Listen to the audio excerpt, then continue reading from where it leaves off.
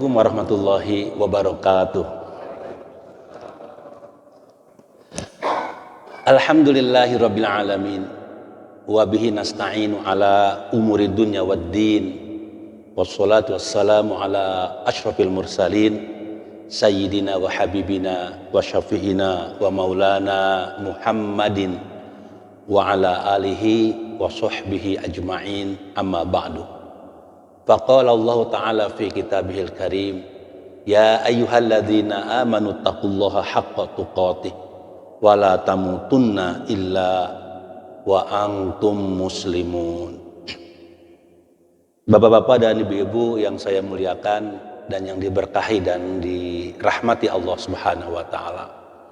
Alhamdulillah pada subuh yang berkah ini kita dapat melaksanakan kewajiban kita kepada Allah Subhanahu wa taala. Semoga seluruh rangkaian ibadah dan amal soleh kita diridhoi dan diberkahi oleh Allah Subhanahu wa taala. Salam dan sholawat tercurah kepada Nabi besar Muhammad sallallahu alaihi wasallam yang telah membawa umat manusia minaz zulumati ilan nur.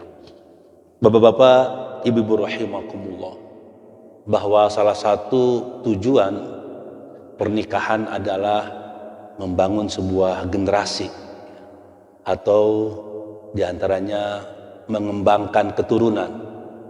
Di dalam surah An-Nisa ayat 1 misalkan Allah berfirman, ya ayyuhan nasu taqu rabbakumul ladzi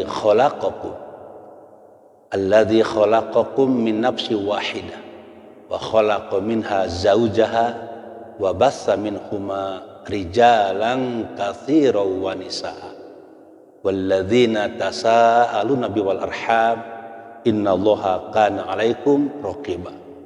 Itu landasan daripada bahwa salah satu tujuan pernikahan kita menyiapkan sebuah generasi. Generasi yang bagaimana? Tentu generasi yang kuat, keturunan yang kuat, yang tidak lemah. Itu disampaikan oleh Allah dalam surah An-Nisa ayat 9, di mana Allah berfirman, وَلْيَخْشَى لَوْ تَرَكُوا مِنْ خَلْفِهِمْ ذُرِّيَّةً ضِعَافًا خَافُوا عَلَيْهِمْ وَلْيَتَّقُوا اللَّهَ وَلْيَقُولُوا قَوْلًا سَدِيدًا فَلْيَتَّقُوا اللَّهَ وَلْيَقُولُوا قَوْلًا سَدِيدًا وَلْيَخْشَى الَّذِينَ لَوْ تَرَكُوا مِنْ خَلْفِهِمْ ذُرِّيَّةً ضِعَافًا. Hendaklah engkau takut, kata Allah, meninggalkan di belakangmu generasi yang lemah. Jadi kita tidak boleh tenang-tenang saja nih terhadap anak cucu kita, generasi kita ke depan, pengganti kita semua. Allah mentaujih kita agar kita mempersiapkan keturunan generasi yang berkualitas, yang kuat, tidak lemah. Maka Allah sampaikan, takutlah engkau meninggalkan di belakangmu keturunan generasi anak cucu yang lemah, ya. Dan dalam engkau bertakwa kepada Allah dan ucapkanlah perkataan yang baik, yang berkualitas. Itu An-Nisa ayat 9. Jadi bukan hanya keturunan, bukan hanya juga anak cucu, tapi anak cucu yang berkualitas, keturunan yang berkualitas, generasi yang berkualitas. Kualitasnya ya menyeluruh, ya, baik kualitas hatinya, ya, jiwanya, kuat hatinya, kuat jiwanya, imannya bagus, ibadahnya juga bagus, akhlaknya juga mulia. Demikian pula ilmunya juga banyak, ya, akalnya juga terisi, cerdas, ya, cerdas pikirannya, cerdas akalnya, ilmunya mumpuni, juga sehat jasmaninya. Generasi yang sehat jasmaninya, sehat fisiknya, sehat hatinya, sehat jiwanya, sehat akal dan pikirannya, juga sehat, juga sosialnya, ya, yang tidak asosial gitu, yang cinta berjamaah, cinta bermasyarakat, punya tanggung jawab keumatan yang kuat. Itu yang Allah inginkan dari kita, yang sesuai dengan surah apa tadi? An-Nisa ayat 9. Kita harus khawatir meninggalkan di belakang kita pengganti kita, generasi kita yang imannya lemah, ibadahnya lemah, otaknya juga lemah, ya, fisiknya juga lemah. Demikian pula tidak punya tanggung jawab kepada masyarakat dan keumatan, bangsa dan negara.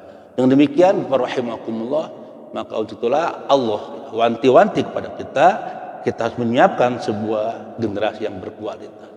Dan itu tercermin mungkin di dalam fungsi keluarga itu ya.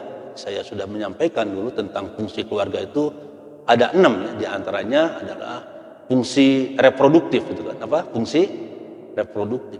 Bagaimana memang keluarga itu ya tempat untuk ya melahirkan ya anak-anak, cucu-cucu gitu kan. Keluarga generasi yang berkualitas tadi. Yang kedua fungsi religius, apa? Fungsi religius. Maka anak-anak itu harus berkualitas agamanya, punya agama yang kuat, punya agama yang bisa menjadi cahaya, ya, menerangi hidupnya kan, dengan akidah tadi, dengan ibadah, dengan akhlak, ya, dengan muamalah hasanah dan lain sebagainya. Juga fungsi edukatif, apa fungsi edukatif? Bahwa keluarga pun ada sebagai madrasah, ya, sekolahan yang terbesar. Karena anak sebelum masuk PAUD, masuk TK, masuk SD, SMP, SMA dan perguruan tinggi itu sekolahnya di rumah dulu gitu. Ya, ibu sebagai guru pertama, ya kan? Sebelum ada guru PAUD, ibu dulu jadi guru. Bapak juga udah jadi guru kan? Bapak kepala sekolahnya gitu ya. Ibu guru kelas ya kan gitu kan? Yang setiap hari dia berinteraksi dengan anak. Maka itulah fungsi keluarga yang ketiga, fungsi edukatif. Bagaimana keluarga itu tempat untuk mentransformasi ilmu pengetahuan, pengalaman, dan lain sebagainya. Kemudian yang keempat fungsi protektif, apa? Fungsi protektif, menjaga, memelihara dari bahaya. Ya. Bagaimana keluarga itu memastikan ya hati generasi, hati anak itu bersih, ya. Tidak terkontaminasi dengan unsur-unsur syirik, tidak rusak ya, dengan kemusyrikan yang ada di tengah-tengah hidup masyarakatnya atau dengan akses informasi yang dia dapatkan. Ya, melalui internet dan sebagainya, itulah dijaga ya.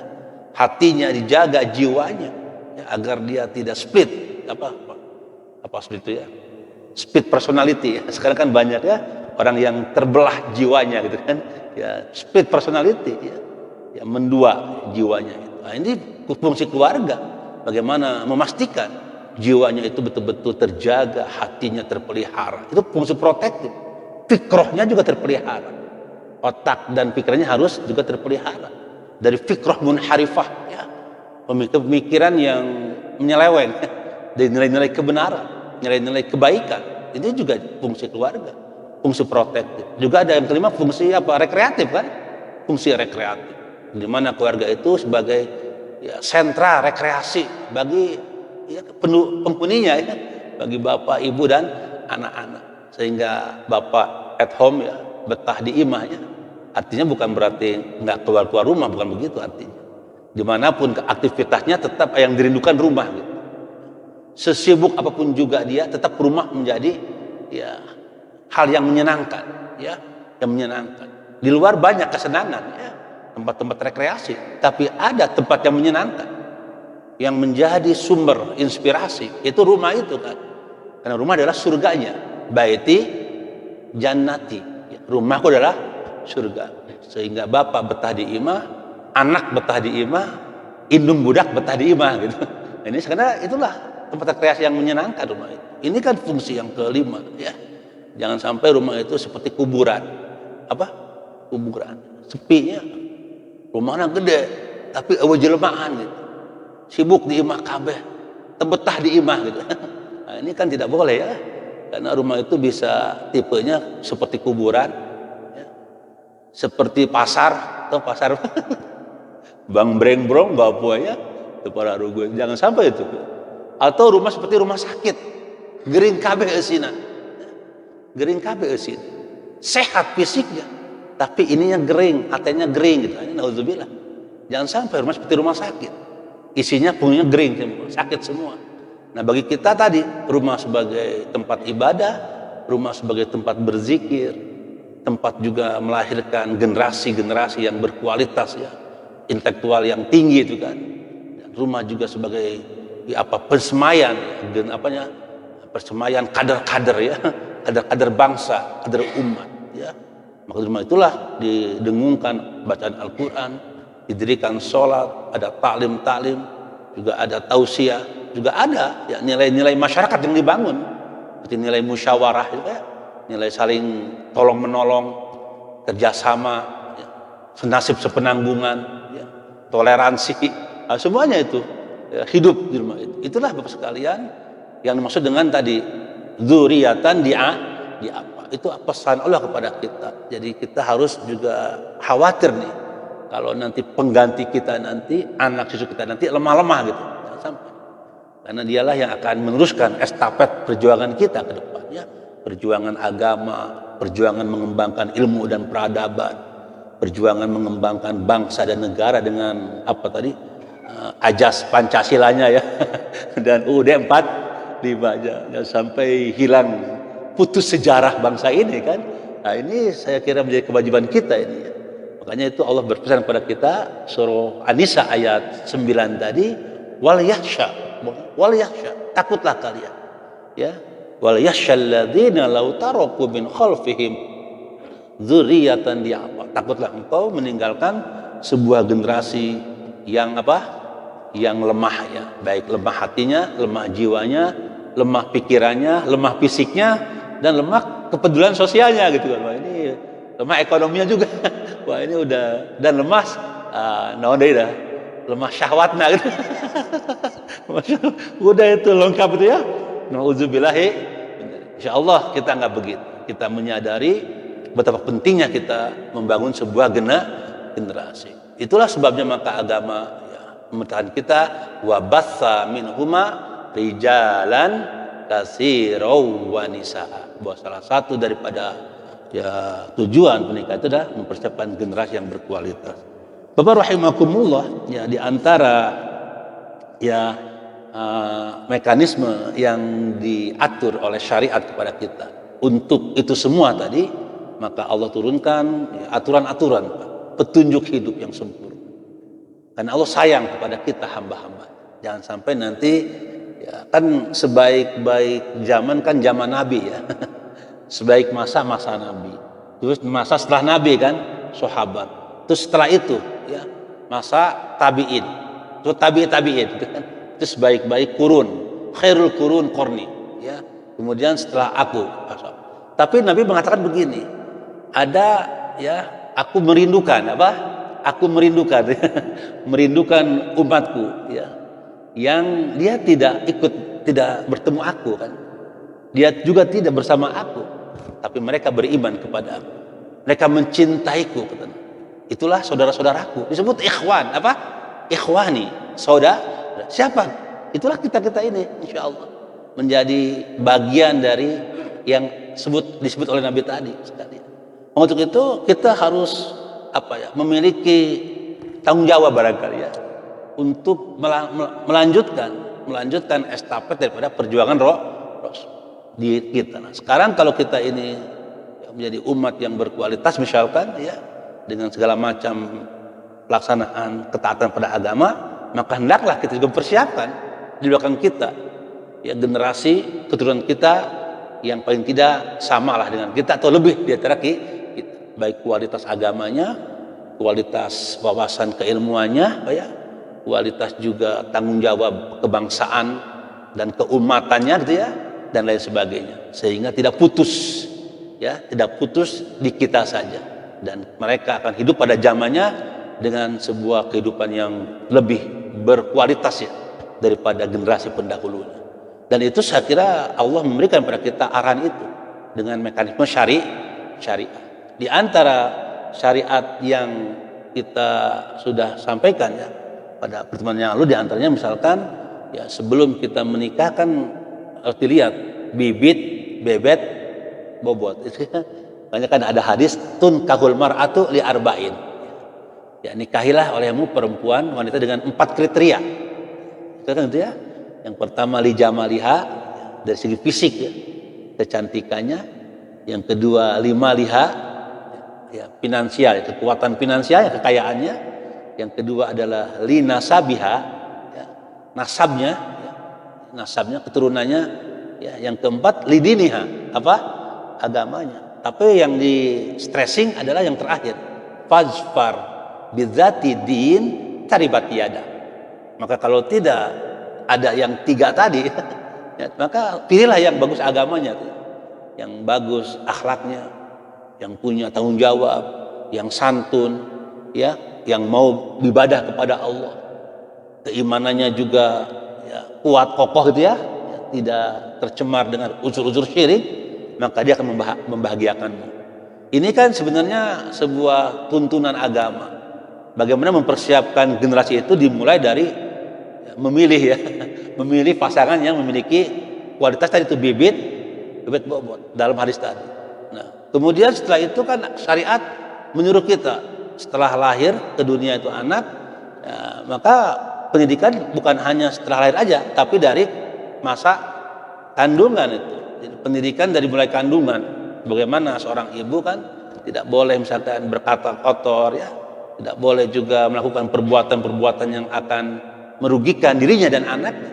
Karena perbuatan ibu dalam ketika hamil memberikan implikasi, dampak kepada janin yang dikandungnya. Kan begitu. Demikian pula bapak. Kan begitu Pak ya, bapak dan ibu. Itu kan pendidikan ya sebelum dia lahir. Ketika lahir langsung tuh ada ya, apa itu? Diajanin kuping kanan. Betul Pak ya? Kuping kanan. Diikomahin kuping kiri. Kenapa? Itu kan sebuah pendidikan yang sangat fundamentum sebenarnya kan. Bahwa suara yang didengar oleh anak itu pertama kali ada suara apa? Tauhid. Ya, tauhid. Allahu Akbar, Allahu Akbar kan. Allahu Akbar, Allahu Akbar. Tong kenceng-kenceng Pak. Kecelina mesti itu ya, launan. Asyhadu alla ilaha illallah. Diungkapkan, diagungkan ya. Ya. Diperdengarkan keagungan Allah, kebesaran Allah, tauhid. Jadi pertama yang didengar oleh anak kalimat tauhid. Ini kan penting artinya kan. Nah, sebelum anak mendengar ya apa-apa ya, tapi yang didengarkan adalah kalimat tauhid. Kemudian setelah itu diberi tuntunan agar apa nih? Tahnik, tahu tahnik Pak? Bisa pakai madu yang manis-manis ya, atau kurma yang dikunyah, ya, itu ditempelin agar kuat. Dirhamnya itu kan agar sehat. Itu tuntunan agama. Kemudian dikasih nama yang baik ya. Kemudian dicukur ya. Di hari ke-7 kan dikasih nama yang baik. Itu tidak boleh kita mengatakan apa arti sebuah nama, tidak boleh. Ya. Berarti banget nama itu. Karena nama itu merupakan doa, harapan. Ya. Tapi kadang-kadang namanya hamba Allah yang rahmat. Kelakuannya nyakitin terus pada umat. Enggak Pak. Nah, ya Bapak sekalian, jadi sebuah nama yang baik. Kenapa? Karena ada sebuah hadis begini bunyinya. Innakum tud'auna yaumal qiyamati bi asma'ikum wa abaikum ahsinu asma'akum. Sesungguhnya engkau itu akan dipanggil oleh Allah pada hari kiamat dengan nama-namamu. Ya. Dan nama bapamu. Kan begitu ya? Maka perbaikilah namamu gitu. Jadi nama itu terkait dengan identitas Pak, keberagaman kita, identitas keislaman kita. Nama ada doa di situ, ada harapan di situ. Nama juga ada optimisme. Ya, makanya tidak boleh kita ya pesimis. Pesimis bukan anak itu nggak boleh. Harus optimis. Itu tercermin dalam dalam nama anak kita ya yang kita berikan kepada mereka. Maka untuk itu Mas sekalian, itu tuntunan agama. Jadi saya ingin mengatakan bagaimana mekanisme syariah untuk melahirkan anak yang tadi berkualitas, generasi yang berkualitas. Dari semenjak sebelum nikah dipersiapkan. Ketika hamil dipersiapkan. Ketika lahir pun sudah ada sebuah tindak lanjut ya dari persiapan itu.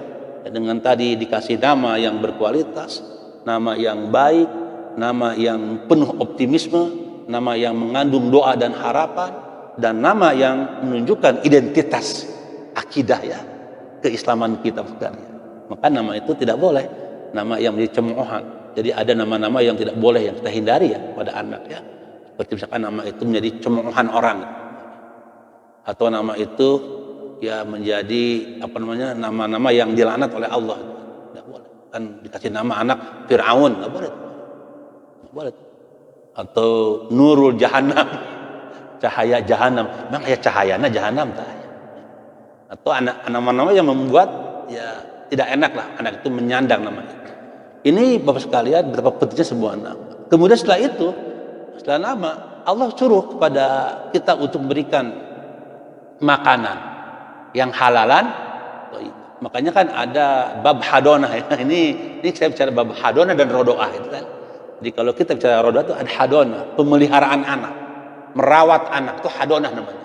Merawat anak agar terjaga badannya, terjaga akalnya dan agamanya kan begitu. Hadonah Pak. Di dalam menggunakan itu ada bab hadonah. Sebenarnya referensi yang kita gunakan dulu itu kita kita Minhajul Muslim ya, yang kita beli kan sebenarnya sudah kita bahas sebenarnya itu kan tentang ila, zihar, yang mungkin yang masih ada di situ li'an ya, ada li'an belum ya, ada li'an, ada khulu itu kan, itu barangkali yang belum ada itu di buku. Bapak sekalian, itu namanya hadonah. Ada perintah kita untuk merawat anak, memelihara anak, memberikan anak itu sehat sehingga dia tumbuh dengan baik. Maka kewajiban orang tua setelah itu apa? Memberikan apa? Rezeki, ya, merawat, ya. Rizquhunna wa kiswatuhunna, ya. Makan minum yang halalan thayyibah, yang halal Pak, Bu ya. Karena setiap makanan yang masuk ke tubuh kita itu akan jadi darah, daging kan. Ya. Maka kalau ada yang masuk yang haram, itu akan neraka lebih berhak untuk dimasukinya gitu kan. Maka harus halal yang masuk ke dalam tubuh kita dan generasi kita. Karena ada korelasi antara makanan dengan perilaku gitu. Ada gitu? Ada ya. Ya, kalau kita makanan yang halal insya Allah halal juga perilakunya gitu kan. Tapi kalau banyak makan yang haram maka akan terjalin sebuah perilaku yang menyimpang gitu. Maka ya, kalau ada kenakalan remaja ya, diantaranya dievaluasi itu makanannya. Ya. Bunuhan bodak ya tawuran wae ya.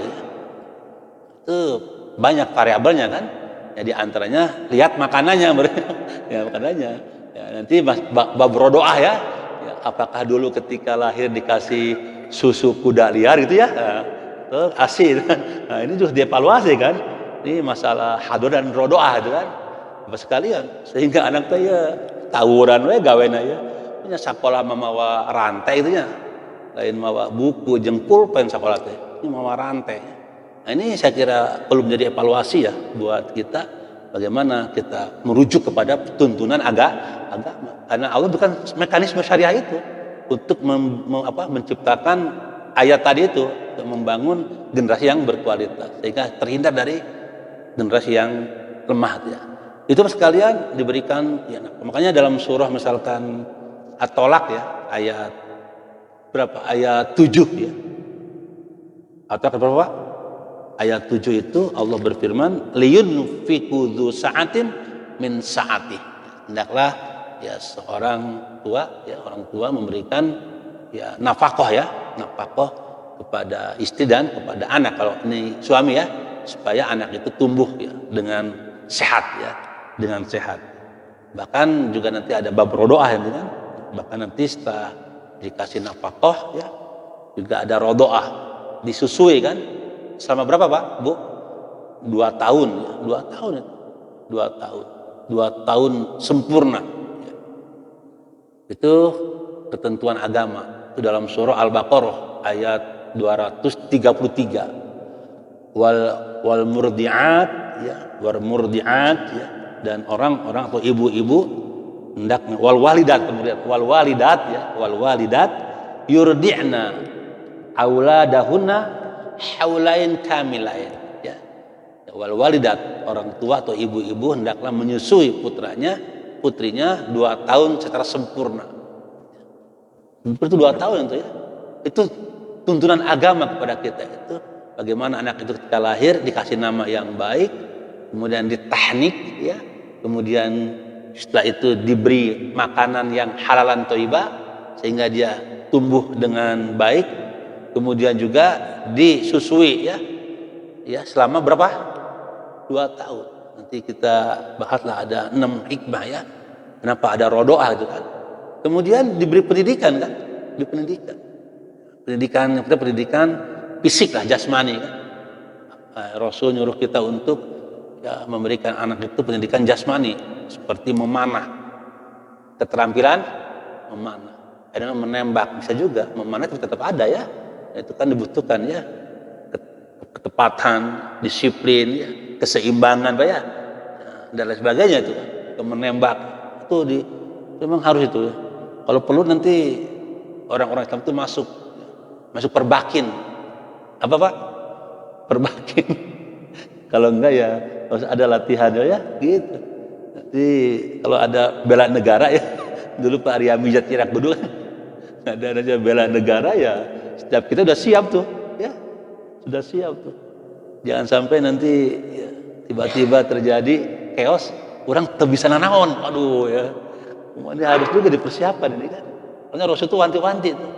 Nah, setelah itu kasih pendidikan anak kita, pendidikan dia bisa nembak, bisa naik kuda, bisa mengoperasikan kapal laut, kapal terbang gitu. Ya, tank gitu Pak ya, kan begitu ya pesannya kan. Ya, nggak semuanya mesti ada, memang mesti ada generasi yang bisa begitu, yang dia bisa bertanggung jawab pertahanan kan. Kalau tugas TNI kan pertahanan Pak ya, negara ya, untuk perang lah ya. Kalau tugas polisi apa, Kamtibmas itu ya, betul Pak ya, keamanan itu kan sekarang sudah campur aduk ya Pak ya. Bapak sekalian, itu ada rahimakumullah mengenai bagaimana Islam itu memberikan tuntunan kepada kita untuk menyiapkan generasi yang berkualitas sampai ke sana. Pendidikan jasmani, ya, suruh sehat dengan memanah, menembak sekarang mereka silakan aja dikontekstualkan kan sekarang, menunggang kuda, ya, dan lain sebagainya. Sekarang mungkin tadi mengoperasikan tank, ya, mengoperasikan juga pesawat tempur gitu kan, itu mesti ada generasi kita yang ke sana sekarang. Nggak boleh juga jadi ustadz kabeh, nggak boleh juga. Jadi dokter kabeh nggak boleh juga, ya. Dokter kabeh, itu negeri. Ustadz kabeh jangan, mesti ada pembagian tugas. Apa pembagian? Dipersiapkan dari sekarang. Silakan. Ya, kita ada yang dokternya, yang dari ahli apanya, geografinya, jadi ahli astronominya, jadi ahli militer, kan nggak apa-apa. Jadi ahli apa lagi Pak? Jadi wartawan ya, yang menyebarkan opini-opini yang positif ya. Nah, ini dan lain sebagainya. Nah, ini saya kira menjadi penting. Jadi itu tugas. Kemudian setelah itu juga diberi juga oleh ada kewajiban agama kepada kita untuk mendidik anak-anak, bukannya pendidikan jasmani, pendidikan rohani. Anak dipersiapkan akidahnya as-salimah, al-aqidah as-salimah, al-akhlaq al-mahmudah, al-ibadah as-sahihah, gitu kan. Jadi akidahnya lurus ya, tidak syirik, akhlaknya mulia, dan juga apa tadi? Ibadahnya benar. Kalau sudah akhlaknya mulia, ibadahnya benar, dan akidahnya lurus, salimah, nah itu pondasi yang bagus. Pondasi yang bagus. Dia punya pondasi, punya basic ya, yang insya Allah akan hidup ya, dengan kuat pada zaman ke zaman. Apapun situasinya, kalau sudah punya pondasi akidah yang benar, ibadah yang benar, dan akhlak yang mulia, ini kekuatan yang luar biasa ya kepada generasi kita. Untuk itulah Bapak rahimakumullah, selain tadi adalah pendidikan jasmani tadi, pendidikan rohani, sebagaimana dalam surah, misalkan surah apa itu yang sering kita surah Luqman ayat 13 ya sampai 19 Pak, itu dibaca ya. Itu pendidikan yang holistik gitu ya. Yaitu Luqman ayat berapa Pak? 13 sampai 19. Dari ayat wa idh qala Luqmanu libnihi wa huwa ya'izuhu ya bunayya la tusyrik billah inna syirka la zulmun adzim. Itu pendidikan tauhid ya. Kemudian ada juga wa'mur ya, disuruh untuk sholat kan, untuk juga disuruh sabar. Ini pendidikan ibadah dan pendidikan akhlak. Bapak rahimakumullah, jadi itu kemudian juga begitu hebatnya Islam kepada kita untuk mempersiapkan generasi yang berkualitas tadi, sampai-sampai juga anak tidak boleh terlantar Pak sekali. Tidak boleh terlantar. Misalkan contoh ini dalam konteks hadonah ya, merawat anak, ya, mendidik, ya, memberikan pakaian, ya, kemudian memberikan makanan kan, dimasukin otaknya dengan ilmu, dan hati dengan tadi, dengan iman kan, dengan agama. Ini kan lengkap itu kan tadi kan surah tadi apa? Surah Luqman ayat 13 sampai ayat 19. Makanya sedikit barang sebelum itu, menurut agama pendidikan yang bagus itu, ini menurut agama. Yang pertama, pendidikan yang mengenal Tuhan pada akhirnya. Ujung-ujungnya pendidikan anak itu yang pada akhirnya dia mengenal Tuhan. Iqra wa rabbukal akram. Apa? Iqra wa rabbukal akram. Jadi ketika dia mendapatkan ilmu, pengetahuan, dia muliakan Tuhannya. Dia besarkan Allah. Bukan setelah dapat ilmu merepan ke Allah gitu. Sekarang banyak orang pintar kabalinger. Apa Pak? Pintar kabalinger. Seakan-akan lebih pintar daripada Tuhan Allah gitu kan. Padahal itu pemilik langit dan bumi ya. Wa ma utitu minal ilmi illa. Maka pendidikan yang baik itu yang menghantarkan anak mengenal Tuhan. Sehingga dia beribadah kepada Allah Tuhan. Karena memang tugasnya wa ma khalaqtul jinna wal insa illa liya'budun. Itu menurut agama yang pertama. Pendidikan yang baik itu menurut agama pendidikan yang mencintai Rasul. Apa? Ya, addibu auladakum ala hubbi nabiyikum. Bagaimana pendidikan itu melahirkan generasi yang cinta Rasul. Dia mengenal Tuhan, ma'rifatullah, ibadah kepada Allah dan cinta Rasulnya. Jadi itu yang harus kita bangun generasi kita. Jadi dia mengenal Tuhannya, ibadah kepada Allah dan mencintai Rasulnya dan Ahlul Bait dan para sahabat. Kemudian yang ketiga, pendidikan yang baik itu mengintegrasikan sekali antara aspek intuitif dan aspek analitik barangkali, antara aspek apa ya hati, jiwa, perasaan, emosi, raga dan pikiran itu terintegrasi dengan baik sehingga semuanya terpenuhi. Jadi otaknya diasupi dengan ilmu, hatinya ada asupan apa tadi agama ya, ada fisiknya asupan makanan yang halalan thayyibah apa ya dan lain sebagainya. Itu yang saya sampaikan.